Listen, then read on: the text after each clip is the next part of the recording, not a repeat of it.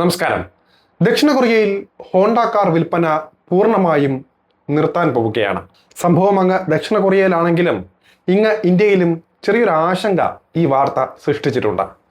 കാരണം ഹോണ്ടയുടെ പ്രധാന മാർക്കറ്റാണ് ഇന്ത്യ.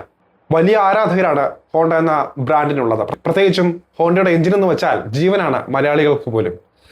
അതേസമയം മാരുതിയുടെയും ടാറ്റയുടെയും മഹീന്ദ്രയുടെയും ഹ്യുണ്ടൈയുടെയും വളർച്ചയ്ക്ക് മുന്നിൽ ചെറുതായി കിതയ്ക്കുകയാണ് ഹോണ്ട ഇന്ത്യയിൽ എന്ന് വേണമെങ്കിൽ പറയാം. മാത്രമല്ല, ഇലക്ട്രിക് കാറുകളോടുള്ള ആളുകളുടെ വളരുന്ന താല്പര്യവും ഹോണ്ടയെ ചെറുതായി ബാധിച്ചിട്ടുണ്ട്. എന്നിരുന്നാലും മികച്ച കാറുകൾ പുറത്തിറക്കി ഇന്ത്യക്കാരുടെ മനം കവർന്ന ഹോണ്ട അങ്ങനെ നമ്മെ വിട്ടു പോകുമോ?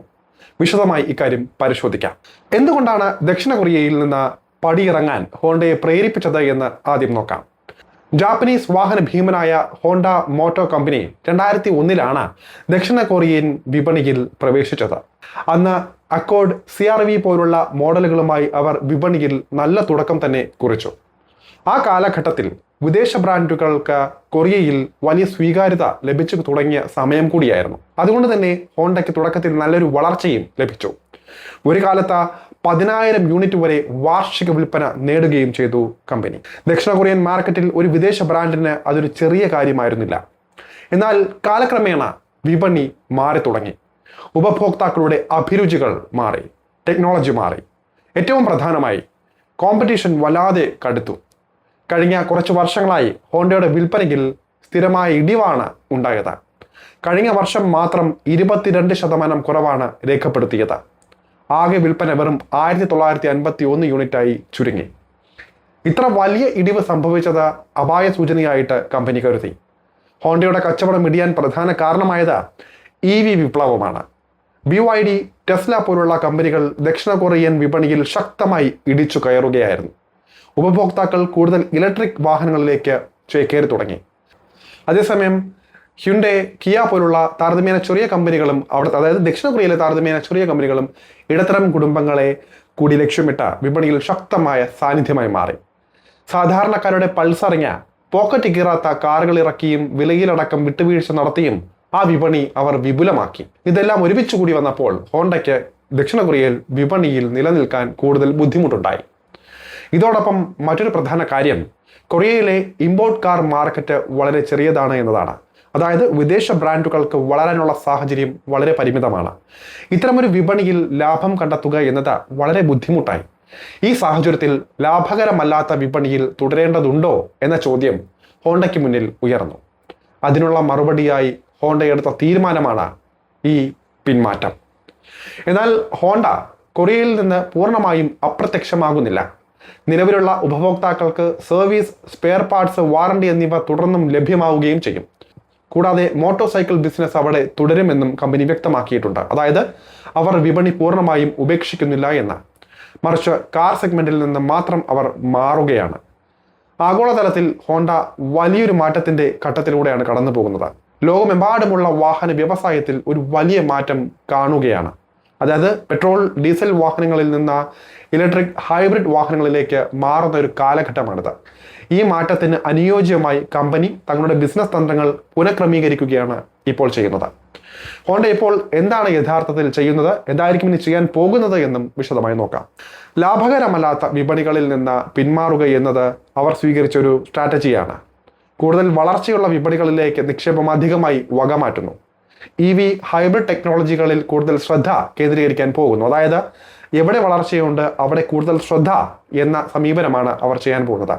ഇനി ഏറ്റവും പ്രധാനപ്പെട്ട ചോദ്യത്തിലേക്ക് വരാം. ഇലക്ട്രിക് വാഹന വിപണി അനുദിനം വളരുന്ന ഇന്ത്യയിൽ ഹോണ്ട എന്തായിരിക്കും ചെയ്യാൻ പോകുന്നത്? അവർ സർവൈവ് ചെയ്യുമോ? ഹോണ്ട ഇന്ത്യയിൽ നിന്നതോ പോകുമോ? ഫോർഡും ഫിയറ്റും ഷെവർലെയും ഇന്ത്യ വിട്ടതിന് പിന്നാലെ ഹോണ്ടയും താമസിയാതെ പടിയിറങ്ങുമെന്ന തരത്തിൽ ചർച്ചകൾ വന്നിരുന്നു.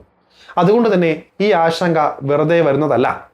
പക്ഷേ നിലവിലെ സാഹചര്യങ്ങൾ നോക്കുമ്പോൾ ഹോണ്ട ഇന്ത്യ വിടാനുള്ള സാധ്യത വളരെ കുറവാണ്. ഹോണ്ട കാഴ്സ് ഇന്ത്യ ഇപ്പോഴും രാജ്യത്ത് സജീവമായി തന്നെ പ്രവർത്തിക്കുന്നുണ്ട്. സിറ്റി, അമേസ്, എലിവേറ്റ് പോലുള്ള മോഡലുകൾ വിപണിയിൽ ശക്തമായി നിലനിൽക്കുന്നുണ്ട്. പ്രത്യേകിച്ച് എലിവേറ്റ് SUV പുറത്തിറങ്ങിയതോടെ ഹോണ്ടയ്ക്ക് വീണ്ടും ഒരു ശ്രദ്ധ ലഭിച്ചു തുടങ്ങിയിട്ടുണ്ട്. SUV സെഗ്മെന്റ് ഇന്ത്യയിൽ വളരെ വേഗത്തിൽ വളരുന്ന ഒരു കാലഘട്ടം കൂടിയാണിപ്പോൾ. അതിനാൽ തന്നെ ഈ മേഖലയിൽ ഹോണ്ട വീണ്ടും ശക്തമായി എത്താൻ ശ്രമിക്കുകയാണ് എന്ന് വേണമെങ്കിൽ പറയാം. ഇന്ത്യ ലോകത്തിലെ ഏറ്റവും വലിയ ഓട്ടോമൊബൈൽ വിപണികളിൽ ഒന്നുകൂടിയാണ്. കൂടാതെ വളർച്ചയുടെ സാധ്യതയും വളരെ കൂടുതലാണ്.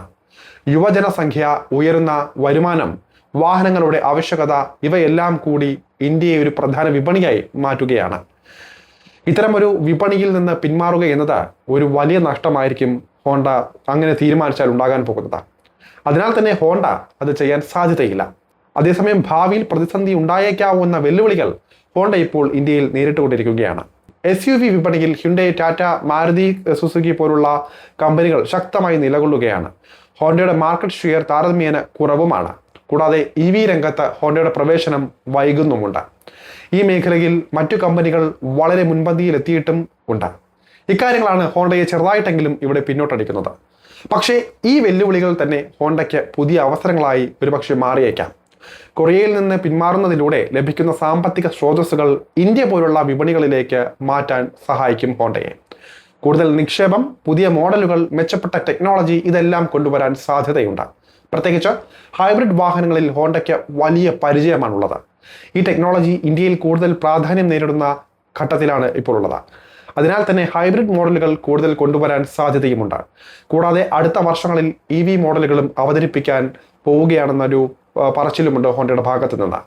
ഇതോടെ ഇന്ത്യയിലെ ഹോണ്ടയുടെ സ്ഥാനം കൂടുതൽ ശക്തമാകാനും സാധ്യതയുണ്ട്. ഇത് രാജ്യത്തിന്റെ ഓട്ടോമൊബൈൽ മേഖലയ്ക്ക് തന്നെ ഗുണകരമാകും. അതിനാൽ തന്നെ ഒരു കാര്യം ഉറപ്പിച്ചു പറയാം, കൊറിയയിൽ നിന്ന് ഹോണ്ട പിന്മാറിയത് ഒരു ബലഹീനതയുടെ അടയാളമല്ല, മറിച്ച് അതൊരു ബുദ്ധിപൂർവമായ ബിസിനസ് നീക്കമായിട്ട് കാണാം.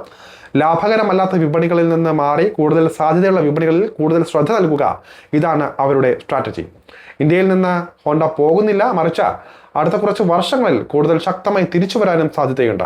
പുതിയ മോഡലുകൾ, പുതിയ ടെക്നോളജി, കൂടുതൽ നിക്ഷേപം ഇതെല്ലാം നമുക്ക് പ്രതീക്ഷിക്കാം ഹോണ്ടയിൽ നിന്ന്. എന്തായാലും വാഹന ലോകത്തെ അപ്ഡേറ്റുകളും കൂടുതൽ വിശകലനങ്ങളും അറിയാൻ ഈ ചാനൽ ഫോളോ ചെയ്യാൻ മറക്കരുത്.